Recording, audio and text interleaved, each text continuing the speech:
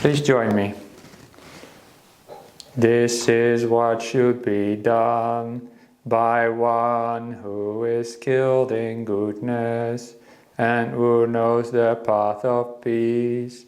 Let them be able and upright, straightforward and gentle in speech, humble and not conceited, contented and easily satisfied, unburdened with duties, and frugal in their ways, peaceful and calm, and wise and skillful, not proud or demanding in nature. Let them not do the slightest thing that the wise would later reprove, wishing in gladness and in safety may all beings be at ease. Whatever living beings there may be, whether they are weak or strong, omitting none, the great or the mighty, medium, short or small, the seen and the unseen, those living near and far away, those born and to be born, may all beings be at ease. Let none deceive another, or despise any being in any state. Let none through anger or ill will wish harm upon another, even as a mother protects with her life her child, her only child. So with a boundless heart should one cherish all living beings, radiating kindness over the entire world, spreading upwards to the skies and downwards to the depths, outwards and unbounded, freed from hatred and ill will, whether standing or walking, seated or lying down, free from drowsiness. One should sustain this recollection.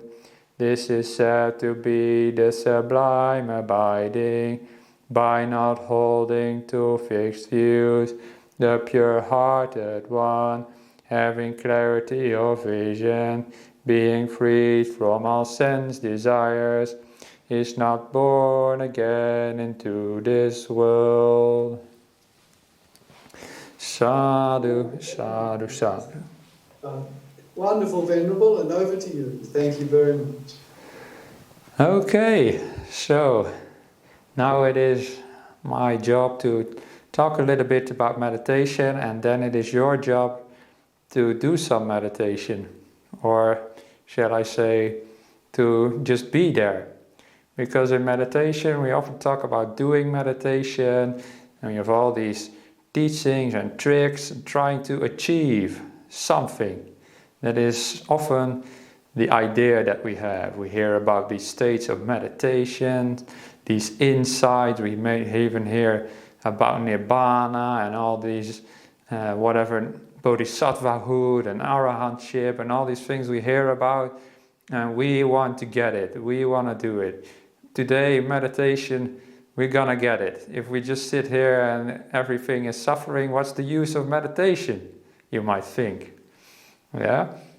And that attitude is sometimes very unhelpful, that we want to get something out of meditation. And you sit down for meditation and you have this expectation in your mind, like I'm going to get this deep state of meditation that I've been hearing about so much, or I'm going to get these lights in the mind or whatever, or whatever it is your goal. It might be something more humble and just say, I'm going to find some quietude. I'm going to stop my thoughts today, or something like that.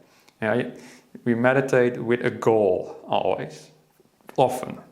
But today I will teach you a little bit about letting go of that attitude of having a goal and to just meditate for the sake of it, not even consider it meditation, because even the word meditation may already set us up for trouble.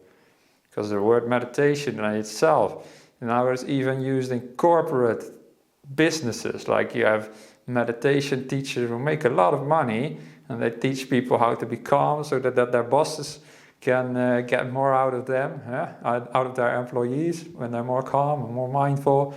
Mindfulness is a business, meditation is a business, but not for monks and not for nuns and not for Buddhists like most of you, I suppose, are. I don't think you are here for business. So remind yourself of that when you meditate. This is not business. This is not trying to achieve anything. This is not trying to become anything else than what you already are. Because there is these hindrances that the Buddha talked about, hindrances in meditation.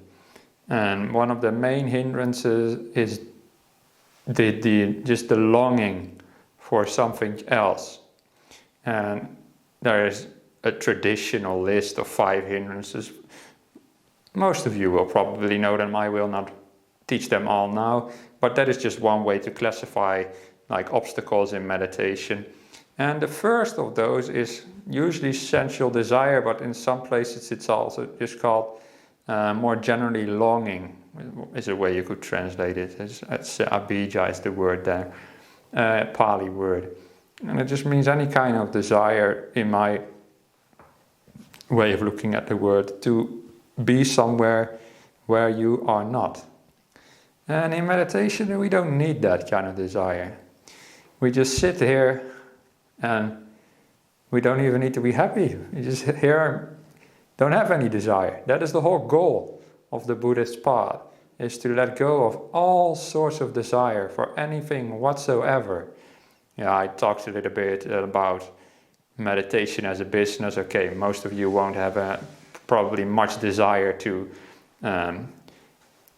achieve, I don't know, a higher job or a higher pay grade or whatever. You don't have that kind of desire. You don't have much desire for worldly things probably, but you might have these spiritual desires to attain these things you hear about. But, as I said already, that kind of desire can be very, very problematic when you're meditating, because you're always trying to get somewhere else. You're trying to get away from where you are now to some other place, to enlightenment, let's say. Yeah, maybe a bit of extreme goal to say it, but that is sort of you think you're here now and you want to be somewhere else. But the whole thing about enlightenment is you stop the wanting for anything else.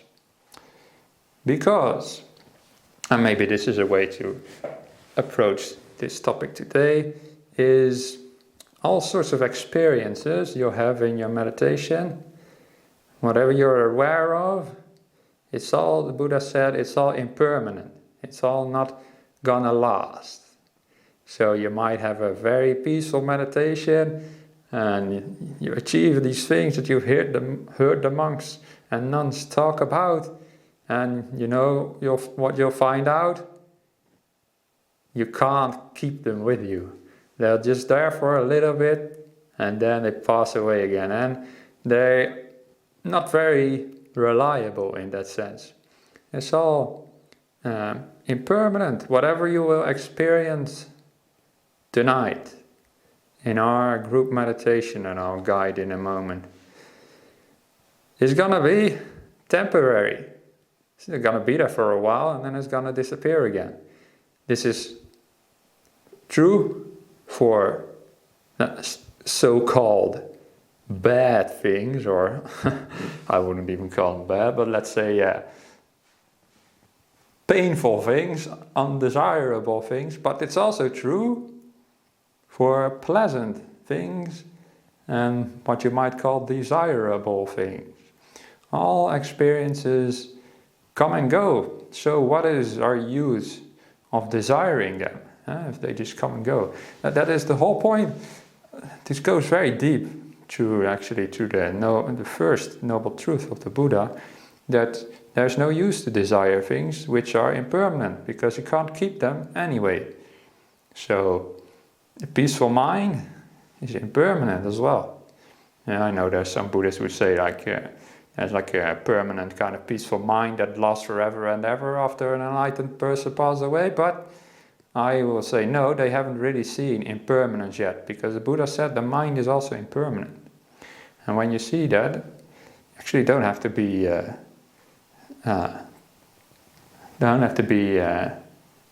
that extraordinary to be able to see that. It can be pretty clear that the mind itself is also just a changing phenomena. And the Buddha said, if you take anything to be in your life, in your person, to be permanent, let it be your body. Because your body is born and then it lasts for about 100 years at most, usually less, but that's pretty long. However, the mind, it changes and comes and goes all the time. Like a monkey going through a forest, grabbing one branch and then the other, the Buddha said. So he basically says that the body is sort of it's not permanent in the sense that it is always the same, but it is permanent in that it is always there, in a sense. But the mind is much different. It's actually much more fleeting. And it is somewhat understandable, but even if you just have this as an insight of enlightenment stages, but just as a more intellectual idea, to approach your meditation with that idea that the mind is going to be changing, then you can actually let go of a lot of desire in meditation, because you know that whatever you attain in your meditation, it's also not going to last. Yeah, it's going to change again. You have these states called jhanas or nimittas, or some of you might have heard of all those terms. And okay, it's nice when they happen, but then they go away again. And the whole point is to realize that things that come and go are not worth of our attachment and desire. And maybe nimittas and jhanas is a little bit of a high aim, but you can relate to it probably on whatever level you are personally at with your meditation. It's often you meditate with a certain sense of longing in the mind to have something that you don't have right now when you start, whatever that may be. So our goal today is going to be to let go of that longing, and to, even if sometimes you have the longing to let go of longing, the desire to not desire. You hear all this talk about not desire, and then you start desiring it. I wish I could have no desire. Let me have no desire. Well, that's also desire. So it's also good to have a mind with desire. We just don't desire to have no desire. And then it's counterintuitive, but then your desire will start to lessen. And that is, even though you don't want it, you don't crave for it, you don't desire it, that is when the mind becomes peaceful. Why is that so? Because you don't try and go somewhere else than where you already are. You don't want to achieve anything. And if you're just happy where you are, whatever that is, then you'll find contentment there. And when you find contentment there, then you can rest in that place, and the mind will not have to think so much. It won't have to plan that much. It won't get annoyed by stuff.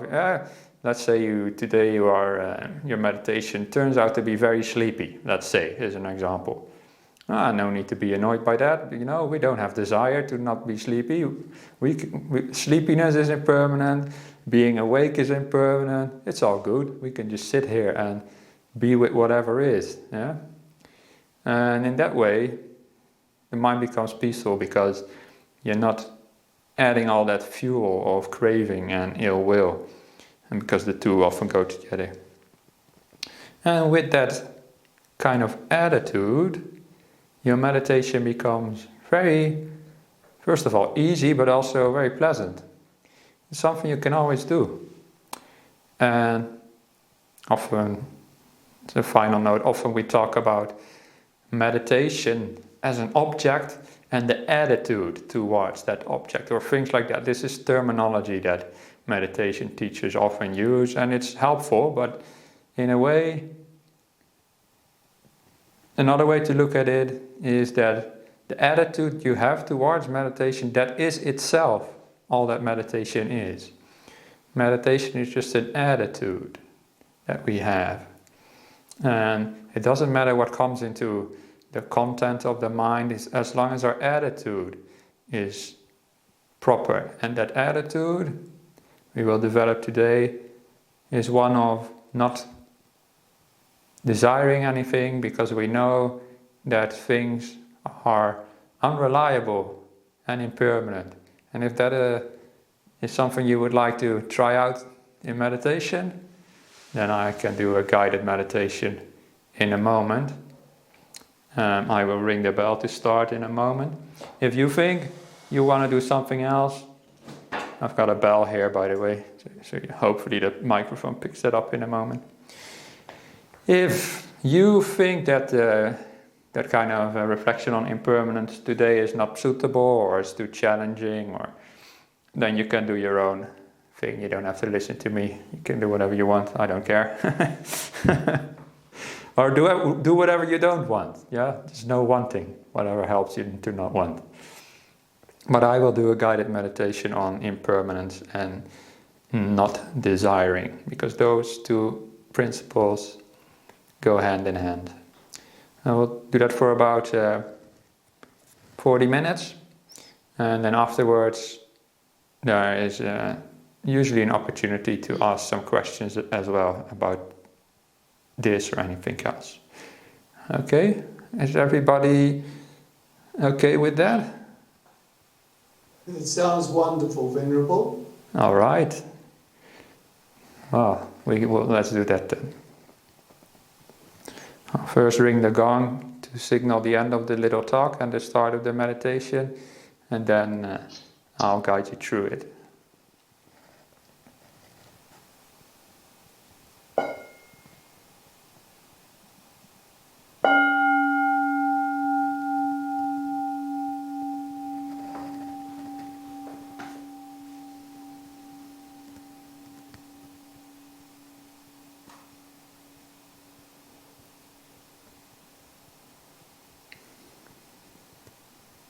So, dear friends, we will be sitting here together for about 40 minutes. And those 40 minutes we devote to just being here with whatever happens. And those 40 minutes are not devoted to trying to achieve anything. It's often helpful to set up your mind at the start of meditation to have this kind of a mindset that you can rely upon and return to throughout meditation. And today, that attitude will be that we realize whatever will happen in these 40 minutes, whatever we experience, whether that be suffering or peace or anything in between, it will not last forever.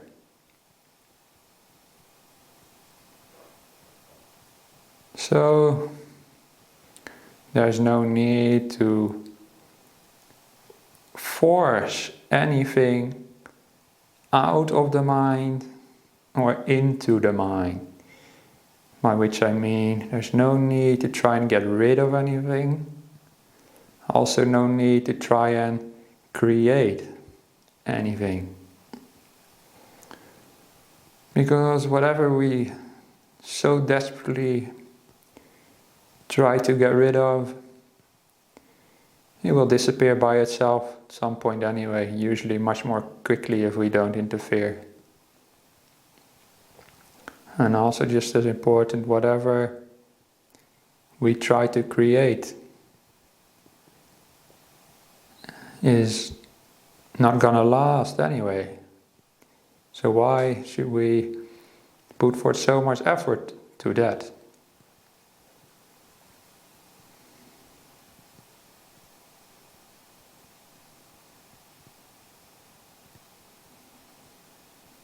Just see if at the start of your meditation you can let that idea sink in.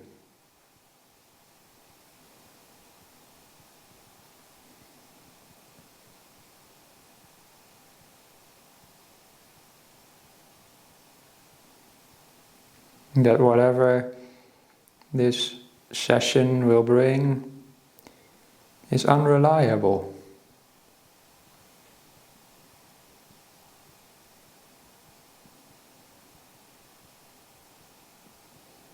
First of all, it's unreliable because it's impermanent, as I already said. It's also uncontrollable, most of it.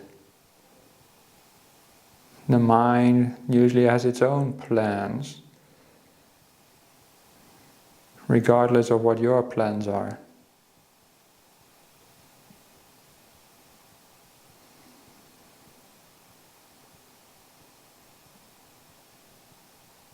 You want to be peaceful and calm and wise and skillful and so forth. We just chanted. The mind wants to be restless and stupid and unpeaceful and unskillful. It's just the way the mind often is. It's not under our control.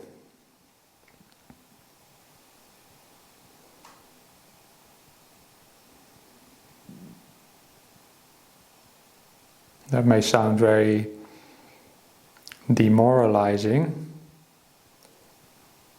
but it's not actually. It's actually very liberating, because you can let go of that part of your life, yourself, that you always try and control. By that I mainly mean the future. I always have this sense of going on, moving on to something else. Going from A to B to C. Never just content with A itself. But in meditation, you stay with A. That's where you'll find everything you ever wanted.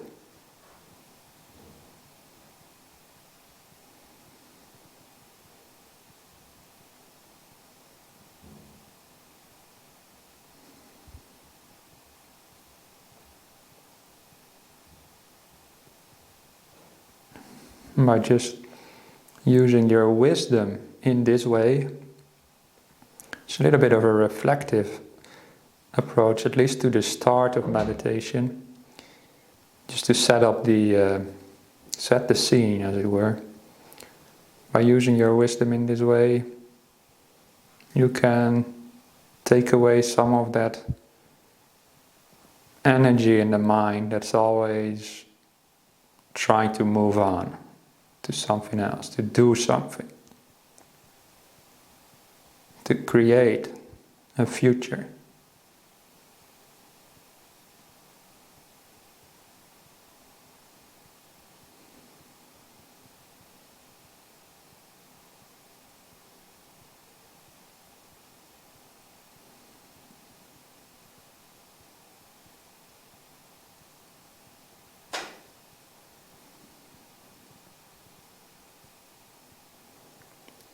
And if you can somehow convince yourself of this impermanence and unreliability of the mind,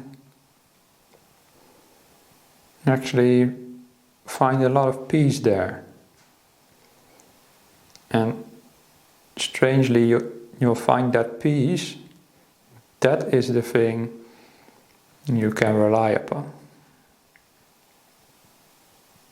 Because that's born not of creating things, but from letting go of things.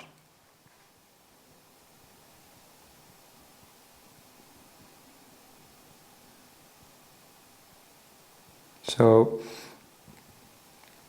I'll just say once more, whatever your experience in this meditation is not going to last.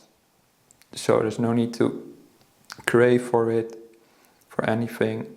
There's no need to try and get rid of anything.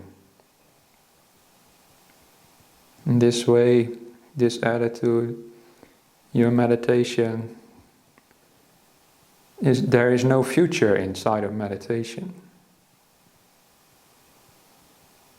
If there's nothing to change, nothing to control, then there's nowhere to go either.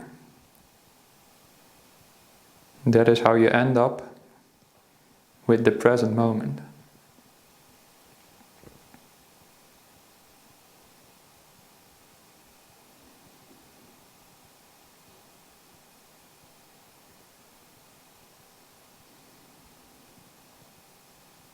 Also, whatever you have planned to do after meditation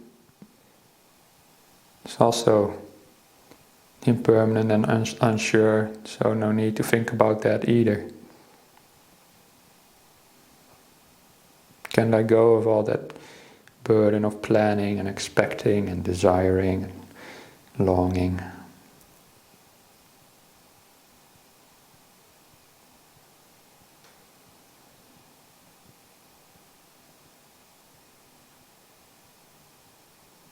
For the next 30 minutes, I'll be more quiet, probably don't say anything, and you can just be here in whatever is left after you let go of the future, this desiring. And that is the present moment.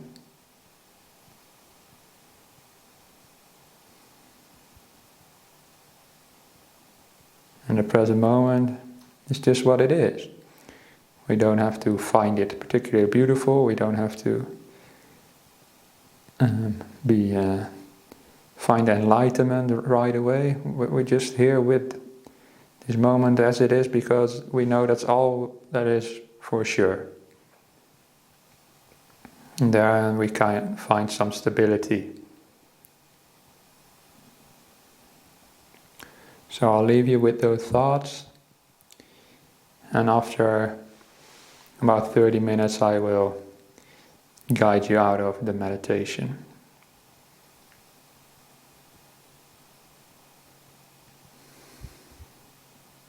Please continue to meditate as you see fit.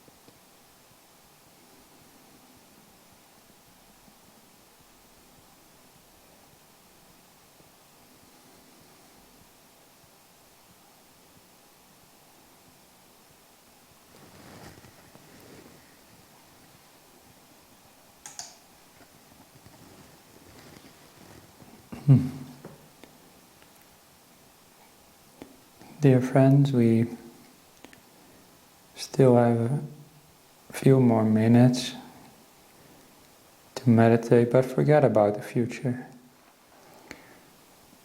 I wanted to leave you this session with a little bit more advice. Hopefully you found some peace and contentment just to be here, not longing for anything, knowing that whatever we achieve is not going to be a permanent asset of our lives, not a permanent experience, I should say. Now, try to end this meditation, try and find some joy as well in the knowledge of things being impermanent.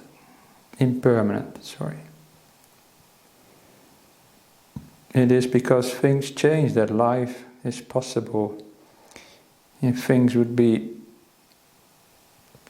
lasting, if any kind of experience would be lasting, you would have it all the time, and there would not be room for fluctuation, which is what makes life into what it is. So we can be happy for impermanence, actually, in a strange way. It's also because suffering is impermanent that not only life is possible, but that enlightenment is also possible. And especially Nibbana, the end of suffering, is possible because things are impermanent. Some deep ideas, but maybe some of you can relate to that. And I say that because it's helpful to bring up some joy in the mind in meditation as well.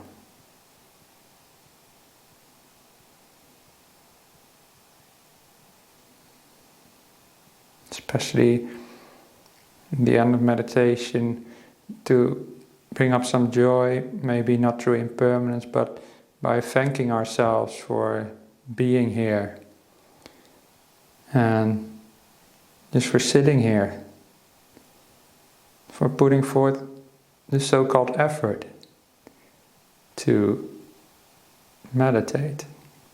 It can be the most easy thing in the world, but can also be very hard sometimes. So regardless of what it was like for you today, I want to thank you, and you should thank yourself as well. Some gratitude towards yourself.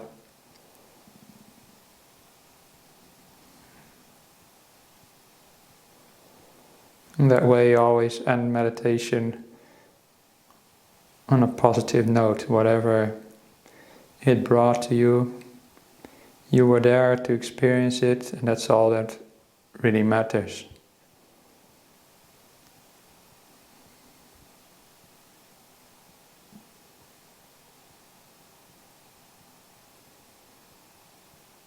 So you can have some loving kindness for yourself for having meditated here today.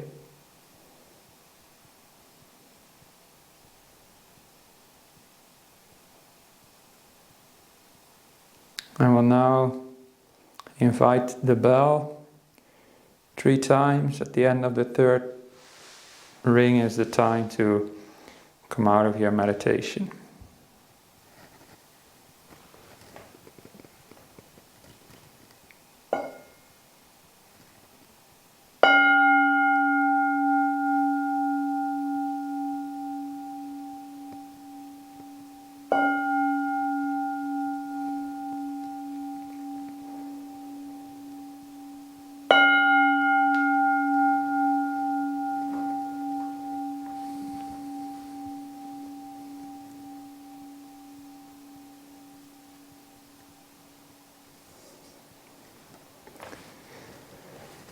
Very, very, very, very excellent.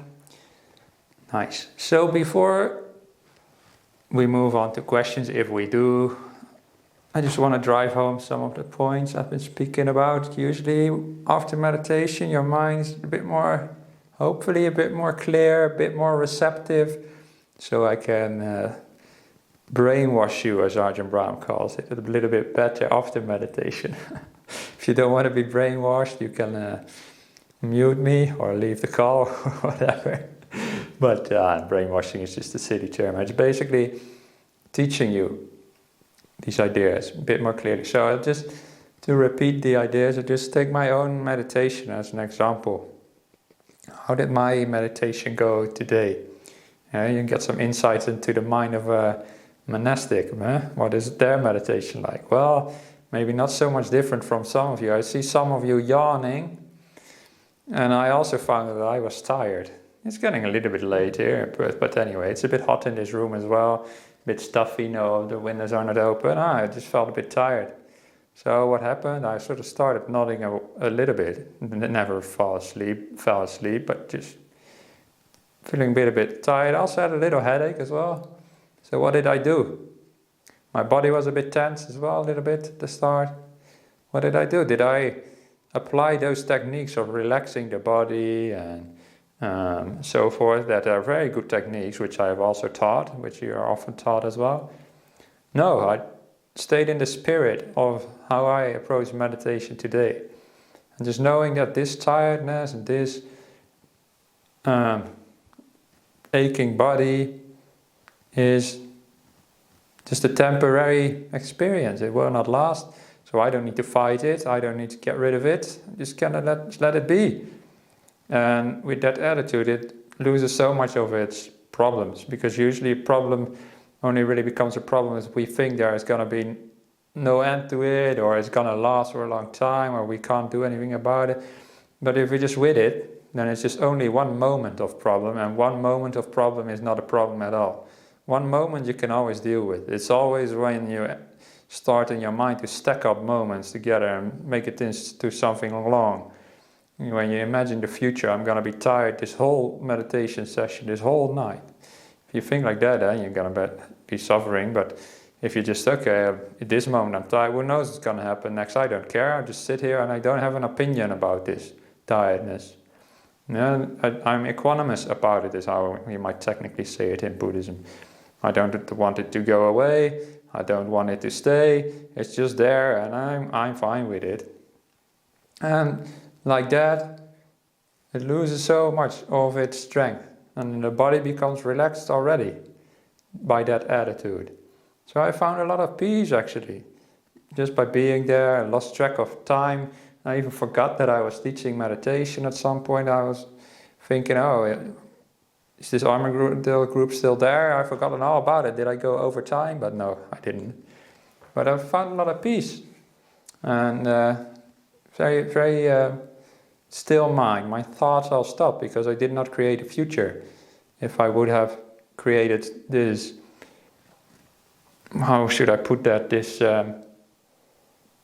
this difference between where I am and where I want to be. Yeah, now I'm tired and aching, but I want to be awake and comfortable. If I create that difference, then I cannot find peace, because I've always got somewhere to go. But instead, I just lower my desires to be where I am now. I'm fine here with an aching body, headache, and stuffy room. I don't mind. It's fine. I can live with that. Then the mind has nothing to think about anymore, at least in that aspect. And meditation becomes easy. You find a lot of stillness inside. And usually when stillness happens, when you keep your precepts and you're a decent person, you find some happiness there as well. But sometimes you have to help that happiness along a bit to create some joy in the mind, because when it's just peace, just stillness, it can create a lot of sleepiness as well, because it's not interesting per se, so you can be a bit bored. That's why at the end I said create some joy in impermanence. That's what I did myself as well before the end, just to create some joy. The Buddha often talked about joy and happiness, had many sorts of words for happiness, gladness, joy, and it is always occurring in the context of meditation. But I also reminded myself of not to desire, not to have longing, because joy and happiness, they're nice emotions, but they are also impermanent. So we use them not as a goal, as an end goal, but as a tool. When the mind is joyful and bright, it's stronger and it can create more wisdom. So I created some joy, and then maybe in another time I will talk about how to create joy in more detail. I don't have time for that today. But I did that with the mindset that the joy is not the goal, the joy is just the tool in meditation. And from that, it can create deeper insights, more peace even, and learn to live in the moment and let go of everything that's impermanent. And if you find out that all experiences in life are impermanent, that's when you start getting some insights into the deepest truth of the Buddhism, and that is what it's really about to people like me anyway. What meditation is really about, not about these temporary experiences of peace and happiness, which are nice, but in the end it's about creating the wisdom into the temporary nature of things and to be able to let go of everything. And that is where I'll leave you today, or at least my personal input. Maybe you can have some comments or things to say as well. Maybe Chris, you can invite people or whatever you usually do. Certainly, Venerable. Thank you for a wonderful meditation. Very, very peaceful. And we have a question in the chat. Would you be okay if I read it for you, Venerable? Sure, why not? I can probably also see it. But yeah, okay. Better you read it out. So everybody can follow it with us. No, I cannot see it anyway. I just want to ask Venerable to give us some more insight about what mind is in his own words, based on what he has learnt about the mind all the time he has been studying. What mind is? Well, that is something you cannot really give a theoretical answer to, but the mind is we use the noun. A noun is like a word that means like a thing for the mind. Like we have a noun, the bell. We have a noun for the Buddha statue, the chair, the monk, and so forth. But it's really a little bit of a misnomer to talk about the mind as if it were some thing as such. It's more like we should find some kind of a verb for the mind, because the mind is always changing. It's fluctuating.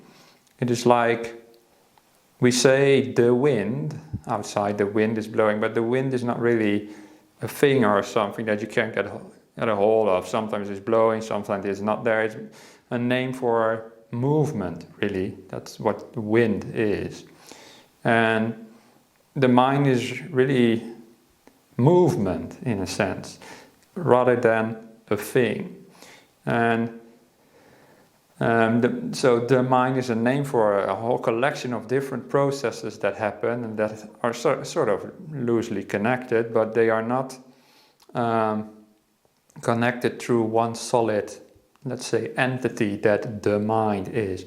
And this is a very deep idea that even in some strands of Buddhism doesn't get properly understood. But the thing is, if you see this deeply, then you'll see that all experiences are, as I said before, come and go. They're impermanent. And that way you learn about the mind is also impermanent. And that creates a lot of peace, actually, because even the mind is impermanent. No need to make our mind perfect forever. It's gonna be come and go. And I know that attitude sounds maybe unrelatable, but that is what actually part of what people see when they see the Dhamma deeply is that they know that their mind is a very impermanent thing, and not something you can really put a label on. It's even to say their mind is already a misnomer in a way, but we need ways to talk about this. So we say the mind is peaceful, but underneath the peace there's not really a thing called the mind. It's just the peace itself. And it's a little bit when I said before that we often talk about meditation and the attitude we have towards meditation. You can also think about it as the mind and the attitude we have towards the mind, but it's really the same thing. The attitude we have towards the mind is the mind itself. It's the same when we say the attitude towards meditation, that is the meditation itself. When we have a peaceful attitude, then the mind is peaceful. If we have a disturbed attitude, then the mind we say is disturbed, but it's really that peace and that disturbance itself, which is itself, is, you could say, is the mind. And at that point in time, it's that is really the tricky thing about when we talk about the mind. It's more like a name for a whole lots of different things actually that can happen, and together we call them the mind. But that is a little bit sometimes confusing in that way. Yeah, it's a little bit of a deep question. Well, my instructions were also not the most entry level today, so I can expect some deep questions maybe. It's a nice question, thank you. I hope that answers at least part of it, but in the end you have to have your own experiences. So we cannot really talk about the mind from one person to another like we talk about, for example, again, this ball. I can show you this bell. I can show you that bell, and we know exactly which bell I'm talking about. I cannot show you my mind, and you cannot show me your mind. You cannot open up your head or your heart or whatever, and here, this is my mind. You cannot do that. So when we talk about the mind, it is very subjective, and that is why it's so easy to mistake what we are talking about when we say the mind. So I appreciate that question. So when I say the mind, I just mean all that sort of mental processes that happen, and we label them as the mind. But when the Buddha talks about the mind, he doesn't talk about a thing. It's more like he talks about the potential for things to happen. And when he says there is a mind, it more so means there is a potential for thoughts, emotions, that sort of stuff. That's what it means to have a mind. It's to have the potential to have all those experiences. That's how I would answer that right now anyway. Thank you, Venerable. We follow this up with another question on a similar topic. Before exposure to the Dhamma, I used to think I was the body. After I listened to the Dhamma, I thought I was the mind. Then I thought I was the awareness. Now I realize I am nothing. The I is just an empty circular reference. Am I on the right track? Right, yeah, that sounds like you're getting on the right track for sure. Because the I, that's another way helpful for meditation, is to not think about I as much. You always think, I am going to be peaceful, I have a headache, I am tired, I don't want to meditate, I want to meditate, and all that thinking of I is also, in a sense, you could say impermanent and not reliable, because there is no really like an essential I as such. Again, a little bit deep. I don't mind talking about it. I'm just afraid I'm losing some people with these kind of questions. But you are on the right track, because we are not the body. As I said, the Buddha also said that we are not the mind either. Yeah, he said, well, actually when I said earlier, the Buddha said, if you take anything to be permanent, let it be your body instead of your mind. He did say that, but he also said, if you take anything to be yourself, who you really are, let it be your body instead of your mind, because the body is much more constant than the mind. And it's interesting actually that the Buddha said that. It's quite literally what he said. He said, if you want to take something to be I or me, then let it be your body. Although that's still incorrect, because the body is not in control, and we can't control it, and it'll die in the end, so it's not who we are. But if you take anything to be I, then let it be that, because it's much more constant than the mind. The mind is much more changing.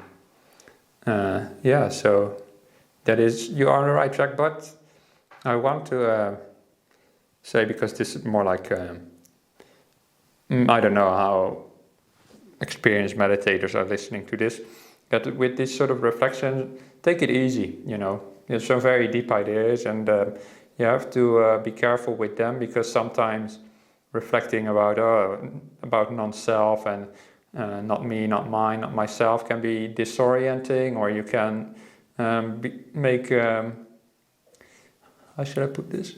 If you approach it from the wrong mindset, it can be very confusing, and you might lose some stability in life. So take it easy with these subjects and only reflect upon them when ready.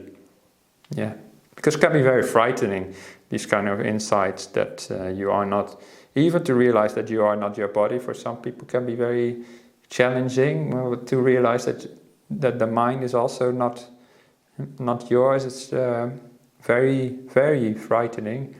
So that's why we also meditate, is to make the mind more courageous.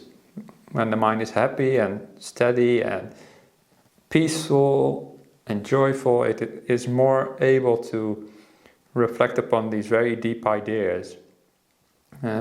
Many other religions are very comforting. I actually did a sort of like, it wasn't much of a debate, but I did like this inter-religious, what do you call it? It's sort of like a panel where you had like me as a Buddhist, you had a Hindu person, you had a Christian priest, and then you had a Jewish rabbi, and there was supposed to be a Muslim sheikh as well, but he couldn't come. But I did that in a Christ church here in Perth, and it didn't last very long, but it was nice to do. But all these other religions, when they were asked what is like the core of your religion, they referred to their spiritual text or God or things. But in Buddhism, I did not explain the deep ideas there in Christ Church, of course, but I said we don't have a holy book like that, and I will not repeat what I said there to those kids. Basically, I kept it. I made a lot of jokes actually to the kids, but to you, I would say, to you who asked the question, is that in Buddhism you don't have these comforting ideas often. Like in the end, it's all comes back to God or something. That is what the Hindu person said over there. Like we are all part of the divine or something. And in Buddhism, you will not find that. Buddhism is much more challenging. We are not all part of some divine thing. It's all process of change is what life is. And enlightenment is to realize that life is change, and that is all. That's another way to call impermanence. It's just change, but that sounds very easy to accept. Okay, change, but we want things to be permanent, deeply inside of us. Until we're enlightened, we always try to hold on to things. We want to be in control of things. We want to get something out of it, out of life, basically. Something for me, for that I you were talking about, that I has to have some permanent abode that it can rely on. But in Buddhism, proper Buddhism anyway, you will not find that. The Buddha said, it's all not me, not mine, not myself. It can't rely upon these things. And that is actually challenging, but very relieving as well. And most of you will feel that there is some truth in that, and that truth is actually very beautiful, because to accept life for as it actually is, to see it as it actually is, and not to paint pictures or imagine things that are not there. For example, that cosmic divinity that the Hindu person said we are all part of. You can see through meditation that is not true. That doesn't exist. And then you're actually so beautiful to see life as it actually is. You're not having a veil anymore in front of your eyes. But anyway, reflect upon these things when time is ready. And sometimes your mind is only ready for these things like once a year or something. But that's okay. If once a year you reflect upon these things very deeply, it's more effective than reflecting on them every day ineffectively. So I just say that because most of you, maybe this is not the right time to reflect upon that. So then maybe do it another time. All right. Well, Gloria, would you like to unmute and ask a question? Follow up on your answer. Will you say that like impermanence is actually comforting? Because you say that we don't have like a comforting God or like a world view of universe like the other religions. But I do think that impermanence and taking refuge in that is some kind of like comforting. Would you agree with that? Yeah. Of course, we have a very comforting goal in Buddhism, and there's very comforting reflections we have as well. And as I said before, you can also find joy in impermanence as well, Gloria. So I'm not saying that is not the case, but we don't find comfort in like a thing that we are. That's what I was trying to say. Like we are not the divine cosmos or whatever, or we are not the universal mind, or we are not the permanent awareness or something like that. We find comfort in the things that we are not. We find comfort in letting go and not to be something, but to unbe things. You don't have to be anything in Buddhism. You don't have to be a soul or whatever they call it in other religions. And to some people that's challenging because they want to be something. And they want to do this meditation and get something out of it, as I said at this very start. But if you let go of all those ideas, actually becomes very, very peaceful, because you know you don't need to strive for anything, and there's nothing to hold on to. And when there's nothing to hold on to, then struggles become less, and they might even disappear altogether when you really let go of everything. But that is at the very end of the path. But while we're working towards that, we can already see that the more we stop holding on to, the more we stop identifying with, the more we let go. Like, if you can let go of your body more easily, that is already such a useful thing to be able to do. Not just in meditation, but just in life in general. I used to get so upset when I was like sick or whatever. I thought I must have done something wrong, or if I did not do anything wrong, then I was gonna be annoyed. Why do I have this sick body? Why can I not be healthy? But now, I don't get sick very often, but when I do, or when I have a headache or whatever, I don't care so much anymore about it. I really seen some growth in myself there, and that is just an example. I've grown in other aspects as well, and I hope that most of you will have grown in similar ways, because the way we grow in Buddhism is not by being better controllers in life, to be more on top of the control hierarchy. No, we grow by being able to let go more things, especially things that we thought were part of us. It's semi-easy to let go of things outside of ourselves. When you become a monastic, you let go of lots of things, like you cannot own any money anymore, so I have to give up all your money. That's relatively easy, actually. It's just physical stuff, like stuff in the world. But letting go of this kind of sense of identity, of who you are, that is more difficult. But once that starts to happen, you find a lot of peace, and it all comes back to impermanence as well. That impermanence can be comfortable as well, because again, the example that I used to be angry that I was sick. Now I know I'm sick. It's just impermanent. Even if you're sick for your whole life, you're gonna die in the end. So it's still impermanent. Ajahn Chah used to always visit. That's what Ajahn Brahm said. Visit his monastics when they were in hospital.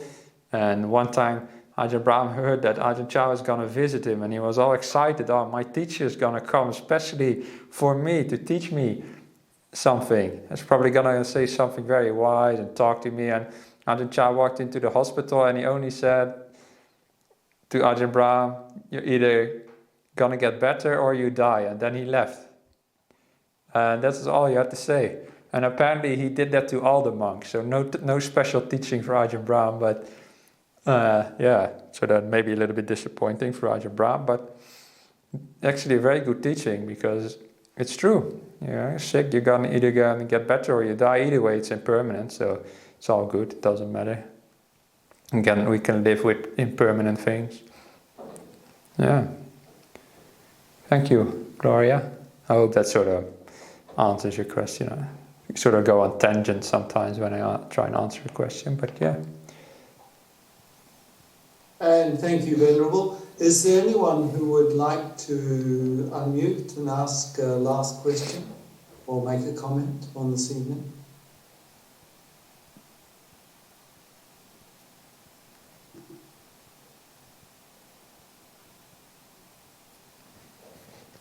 Wow, so many people, but everybody is contented and easily satisfied. That's very good. Contented and easily satisfied indeed, Venerable. We've had over. I think I saw somebody. Sorry to interrupt. Great, no problem. Melanie. Oh, Melanie, please, yes, go ahead, Melanie. Yeah, thank you, Venerable. If you could give a few tips about your next talk about how to bring joy in your meditation and in your life, because recently I've noticed that I'm seeing more negatively the things around me. So right. Yeah. Okay. Thanks for that question. Yeah, I said that another time I can talk about generating joy, and I probably will. But by next time I'll come here, I will have forgotten about that. So that's not a promise. But I can give you maybe a few pointers right now. There's many ways to think about creating joy, but one of the most important things I think for many people is to maybe the world outside has lots of problems, and if you watch the news, for example, you can get very upset, and other people in your life as well. They never do what you want to do. They always create a lot of problems. No, not always, but that is overgeneralization, but that's what it sometimes seems like, Even you live in a monastery and people with wonderful intentions, sometimes you feel like they all create problems. What is very helpful to create joy is to not think about that, but reflect upon yourself, to be a good friend to yourself. And when you're meditating, you realize you're doing something great and you're doing something good, and you have only the best intentions towards yourself, always. So, sorry, somebody interrupted.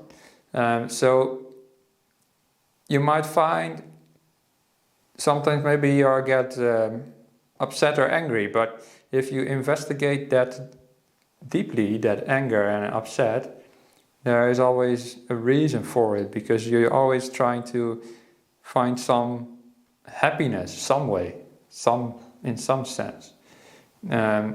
Let's say, give my old example, I was sick and I got upset. I got upset not to make myself more suffering or more sick, but I got upset because I wanted to be healthy. So actually, there was some good intentions behind that anger, in a sense. Everything we do in life is, well, maybe not everything when it comes to helping other people, maybe not per se, but most of the emotions we have in life are all coming from a place of trying to find happiness for ourselves. Even the so-called unskillful emotions of desire and anger, we always try and find some happiness. Or you get angry because you feel justified, you feel like you are right and the other person is wrong and they should know. Yeah, so that's also in a sense coming from a sense of trying to find justice and happiness in a sense. So what I'm saying that, just to remind you, Melanie, and all the others, that you can be your own friend, maybe your own best friend, because you always have good intentions for yourself. And you're always with yourself. So you can always be with your good friend, your best friend maybe even. And in that sense you always can find some joy. Okay, forget about this sense of non-self now for a moment. You get what I'm saying. You're there meditating. That same mind again, that me again. Conventionally speaking, I'm happy to be here. Meditating, doing the right thing. And you can be happy doing that. When I was in a relationship before I became a monk, I once told my now ex-girlfriend that I was my own best friend. And that was a very stupid thing to say because I expected that they are your best friend. But I was already had that mindset that if you are your own best friend, then you're always with your best friend in the world, and always have good intentions for yourself. And then you can always find some joy, at least in that. That is what I would give you today. But there's other ways to create joy that are very, very helpful. But I will talk about that another time then. Yeah. Maybe, Chris, you can remind me next time if I come again, if I can talk about joy. I can just improvise. I don't really prepare for these talks anyway, so... And I just at the start ask if I could talk about joy, and I might just feel like it next time. No, I can't hear you, Chris. I just said that I might just remember it too, Venerable. Yeah, we'll know. Who knows? We'll see. It's unpredictable anyway. It is unpredictable. Well, Venerable, we've had over 57 people with us this evening from Hong Kong, Perth, New York, Sri Lanka, South Florida, Minnesota, Indonesia, Finland, Germany, Melbourne, UK, Sweden, Poland, Brazil, and Japan. So I think a joyous evening has been had by all. Anybody from Armadale? Yes, we have many people from Armadale. Yes, most definitely. Yes, okay. Thank you. So, Venerable, would you like to offer us a blessing to finish the evening? Well, you just given yourself the blessing already by meditating, but okay, I can. Let's just remember, because sometimes after this questions and stuff, we can get a little bit more restless again. Bring back some of the peace you found, hopefully, in meditation, or some of the good intentions that you had to meditate. Just bring them back during a moment of quiet. And my wishes for you is that you'll find this happiness and good intentions more often. And to bring that home, I'll do a little traditional blessing. Sabba rogo venimuto, sabba santa pavanjito, sabba vera martiganto, nibbutto chatuvang bhava, sabitiyo vivajantu, sabba rogo vinasatu mate bhava, Tvantarayo sukidikayuko bhava abhivadana sili sanicca Buddha Pachayino Chattaro Dhamma Vadanti Ayuvano Sukhang Bala.